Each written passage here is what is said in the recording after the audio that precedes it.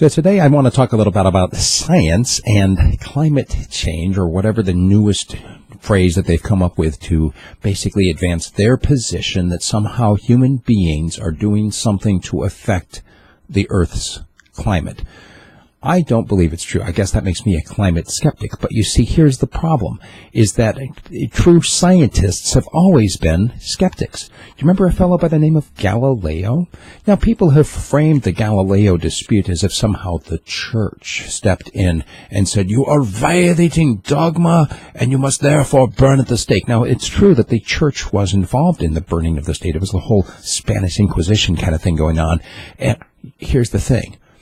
You look at what's going on right now in the scientific community and how skeptics and those who actually question not so much the data, but the way that the data has been cherry-picked. They're being called names. They're being driven out of their positions. They've lost jobs. The kind of scrutiny that's put on somebody who dares to question the current accepted viewpoint, it's very much like a Spanish Inquisition. Right now, the person who President Trump has put forward as his choice to be his science advisor, there are some folks who are saying, oh, no, this is terrible for science. He's a climate skeptic. What he has done is he has pointed out the problem with somebody coming to a point of view and then manipulating the data and manipulating reports so that the only thing that gets reported is the accepted point of view. That's exactly what happened with Galileo.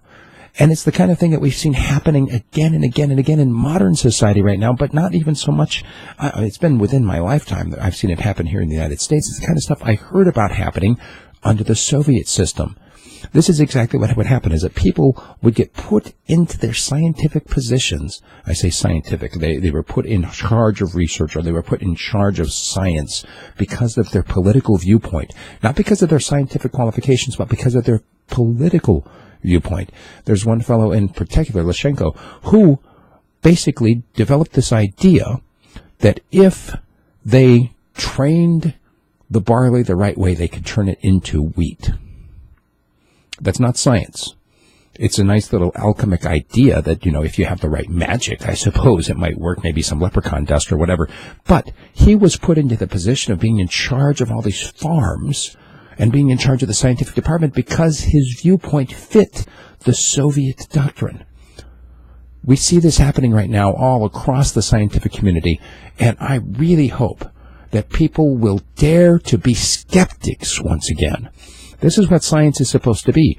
The whole idea that, you develop a theory like the theory of gravity. Oh, something falls.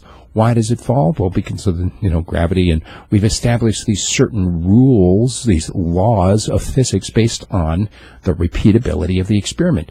The repeatability of the data over and over. It happens the same way. That's not what we're seeing with the climate stuff. We're seeing widely variant numbers so that they had to change it. You recall when they used to call it global warming?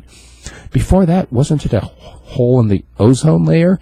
I mean, all of this, it seems to be driven by a political viewpoint that somehow we need to limit certain kinds of fuel being used.